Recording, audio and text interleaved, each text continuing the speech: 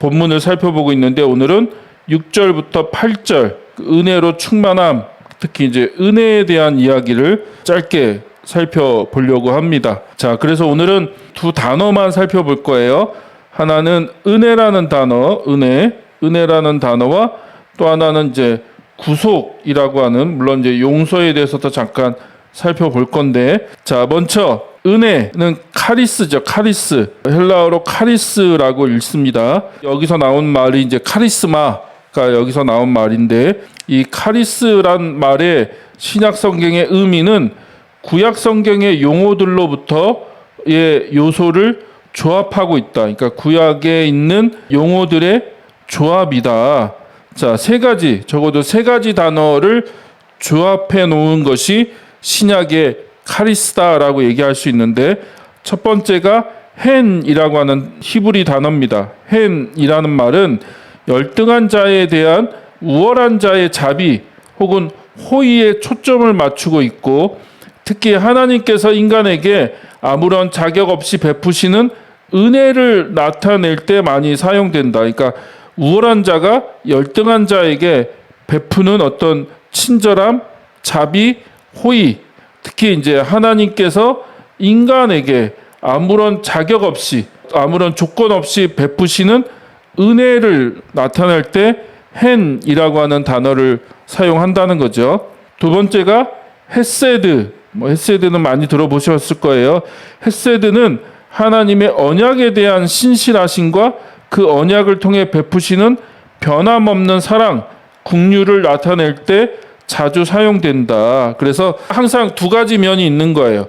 하나님의 공의, 하나님의 거룩, 또 하나님의 사랑, 자비가 있는 것처럼, 그러니까 동전의 양면이죠. 이쪽 면은 하나님의 신실하심, 다른 면은 그 언약을 통해서 언약에 기초한 변함없는 인간의 불순종이나 배신이나 뭐 그런 거에 상관없이 하나님은 변함없이 그 인간에게 사랑과 긍휼을 베푸신다. 그게 헤세드죠. 헤세드.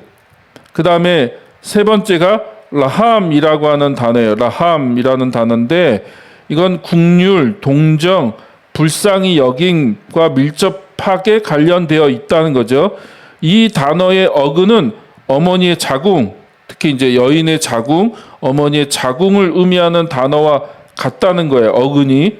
그래서 우리가 이 라함이라고 하는 단어를 사용할 때는 어머니가 자식을 향해 느끼는 깊은 연민, 어떻게 보면 부모의 특히 엄마의 자식을 향한 아주 애끓고 정말로 깊은, 우리가 헤아릴 수 없는 그 자식을 향한 연민과 보호적인 사랑을 연상시킨다는 거죠.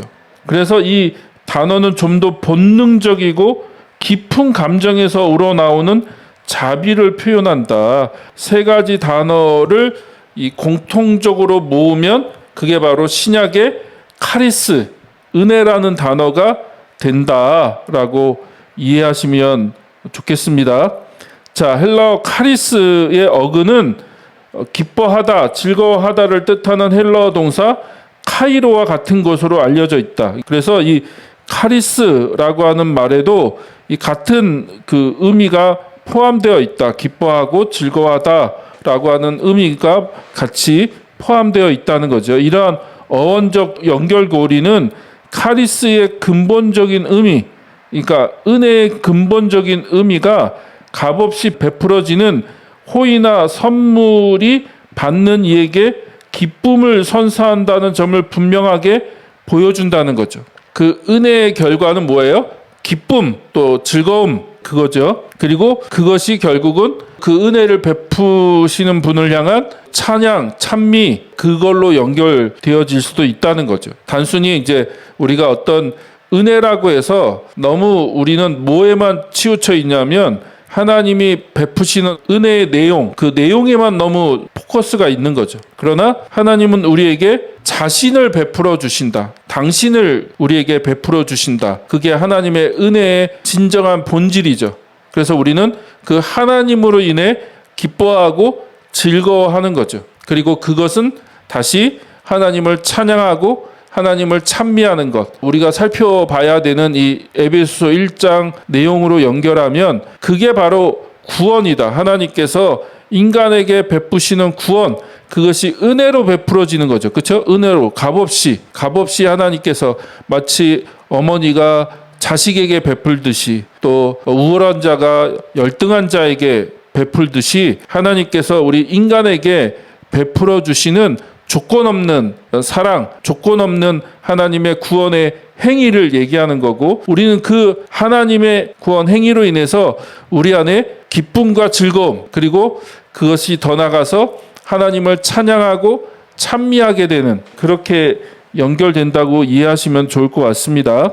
누군가에게 예상치 못한 호의나 선물을 받으면 우리는 자연스럽게 기쁨을 느끼게 된다. 자, 더 나아가 은혜는 우리에 대한 하나님의 놀라운 수용을 가리킨다. 그것은 하나님이 우리에게 주시는 어떤 것이라기보다는, 방금 얘기했죠, 하나님이 주시는 어떤 것, 그것이 중요한 게 아니라 하나님이 그 자신을, 하나님 당신을 우리에게 주신다는 것을 의미한다는 거죠. 우리를 포용하시고 우리의 혜택을 위해 일하시기 위해서 우리 곁으로 그가 오신다는 거야. 하나님이 오셔서 하나님이 우리에게 놀라운 구원 행위를 하나님이 행하시고 하나님이 그것들을 이루신다. 그래서 쉽게 그냥 한마디로 말하면 하나님은 하나님 당신을 우리에게 은혜로 주신다는 거예요. 은혜는 우주의 심판자가 죄인들이 그의 집에 앉아서 음식을 먹게 하시는 것이다. 그러니까 그 하나님 집에 죄인들을 초청하시는데, 그 초청하시는 분이 누구예요? 우주의 심판자인데, 그 자격 없는 죄인들, 그 심판자와 앉아서 밥을 먹을 수 없는 그런 자격을 갖추고 있지 않은 그런 죄인들을 부르셔서 그 식탁에 같이 앉아서 음식을 먹게 하시는 것과 같다. 자, 주도권은 항상 하나님께 있고, 그렇죠? 주도권은 항상 하나님께 있고, 그는 사람들에게 그리스도 안에서 영원한 생명의 선물을 부여하신다. 그래서 하나님은 사람들에게 그리스도 안에서, 그래서 계속 강조하는 게 그리스도 안에서 영원한 생명의 선물을 부여하신다는 거죠. 그게 뭐다? 그게 은혜다, 은혜. 자, 은혜는 구원을 행하시는 능력이고, 그렇죠? 구원을 행하시는 능력. 그래서 은혜와 구원, 이거는 굉장히 밀접한 단어라고 이해하시면 됩니다. 이 연결되어 있는 거죠. 구원과 은혜는 서로 밀접하게 연결되어 있는데, 이 은혜는 결국 뭐냐? 구원을 행하시고 베푸시는 능력이 바로 은혜고, 복음을 요약하는 말이다. 그래서 고린도후서 6장 1절에 보니까 우리는 하나님과 함께 일하는 사람으로서 여러분에게 권면합니다. 하나님의 은혜를, 그쵸? 은혜를 헛되이 받지 않도록 하십시오라고 하면서 복음을 요약하면 그게 바로 은혜라는 거죠. 은혜. 그래서 은혜는 구원과 연결되어 있고 또 복음과 같이 연결되는 단어라는 거죠. 그러므로 오늘날 은혜라는 말이 너무, 저는 교회 안에서 너무 가볍게 사용되고 있다. 뭐 오늘 설교가 재밌고 좋았고 설교 듣다가 눈물이 났다. 그게 은혜 받았다. 그런 걸 은혜라고 표현하지 않는다는 거죠. 뭐 오늘 찬양이 너무 그 가사가 또 혹은 그 멜로디가 나의 이렇게 마음을 막 그 찔렀어. 뭐 그런 경우가 있잖아요. 우리는 그거를 은혜 받았다라고 얘기하는데 그런 것도 아니라는 거죠. 은혜는 그렇게 작은 게 아니라 성경에서 말하는 은혜는 하나님이 행하시는 구원의 능력, 또 복음 전체를 대체할 수 있는 단어가 뭐냐? 은혜라는 거야, 은혜. 자, 바울 서신의 다른 곳에서 은혜는 폭넓은 범주의 개념을 전달한다는 거죠. 은혜는 그리스도인의 삶으로 들어가는 것만을 가리키는 것이 아니라, 그러니까 그리스도인의 삶으로 쉽게 말하면 인풋되는 그런 것만을 얘기하는 것이 아니라 그리스도인의 모든 삶을 망라한다는 거예요. 그리스도인의 모든 삶을 망라하는 것이 은혜다. 로마서 5장 2절. 우리는 또한 그리스도로 말미암아 지금 서 있는 이 은혜의 자리, 그렇죠? 은혜의 자리에 믿음으로 나오게 되었으며, 그래서 우리가 살아가는 그 모든 것, 하나님 안에서, 그리스도 안에서 경험하게 되는 하나님의 그 놀라운 구원의 그 모든 것을 우리는 은혜라고도 할 수 있다. 그 다음에 6장 14절, 로마서 6장 14절. 여러분은 율법 아래에 있지 않고 은혜 아래에 있으므로, 그렇죠? 은혜 아래에 있다. 이건 다른 말로 뭡니까? 하나님의 통치, 그렇죠? 하나님의 통치죠. 하나님의 통치. 아니면 예수님의 지배 아래에 있다. 하나님의 통치 아래에 있고 예수님의 지배 아래에 있고 성령의 내주, 성령의 내주죠. 내주.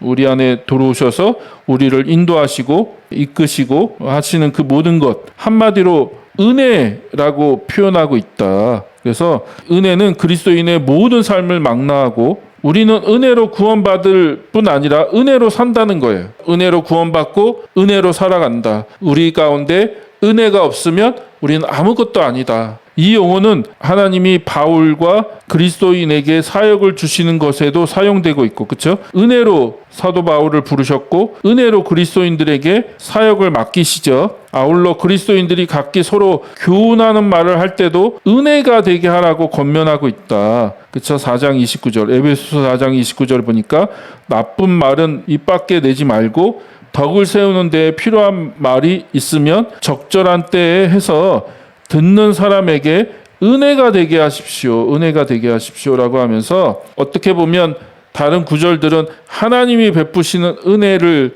강조하고 얘기하는 구절이라면 4장 29절 딱 요 구절 하나인데 에베소서에는 4장 29절에는 우리 대인관계, 서로 이웃과의 관계, 우리 지체들과의 관계에서도 은혜가 되게 해라, 은혜가 되게 해라 라고 권면하고 있고, 더 나아가 가난한 사람들을 위해 돈을 모으는 것도 그리고 감사의 표현으로도 사용되고 있다. 한마디로 말하면 우리의 모든 것이 은혜다. 우리 그리스도인의 삶에 모든 것, 은혜가 없으면 우리는 존재할 수 없고 은혜가 없으면 우리는 살아갈 수 없다. 하나님이 베푸시는 그 모든 것이 은혜다라고 얘기할 수 있다는 거죠. 특별히 오늘 본문 6절에서 8절 이 말씀에서는 네 가지 진실로 하나님의 구원하시는 은혜의 강조가 주어진다. 첫 번째, 하나님이 선택하시는 사람은 하나님의 은혜에 대한 찬미로 인도된다. 자, 두 번째, 하나님의 은혜는 하나님이 사랑하시는 자 안에서 우리에게 거저 주신다는 거죠. 세 번째, 구원은 하나님의 은혜의 풍성함으로 발생한다. 네 번째, 은혜가 우리에게 아낌없이 주어졌다는 거죠. 그래서 이 은혜라고 하는 이 네 가지 개념을 여러분이 정리하셨으면 좋겠습니다. 교회 안에서 은혜라는 단어가 너무 경박하게, 너무 가볍게 사용되지 않았으면 좋겠고, 그 은혜의 의미를 우리가 다시 한번 살펴보고 그 은혜의 자리 가운데 나아갈 수 있기를 소망합니다. 자, 이런 왕성한 용어로 사도 바울은 하나님이 이 서신을 읽는 자들에게 부여하신 가치와 중요성을 깊이 느끼게 한다. 그래서 하나님의 구원, 하나님께서 예수 그리스도 안에서 행하신 놀라운 일들이 얼마나 놀랍고 얼마나 풍성하고 얼마나 능력이 많은 것인지를 다시 한번 얘기하고 있는 거죠.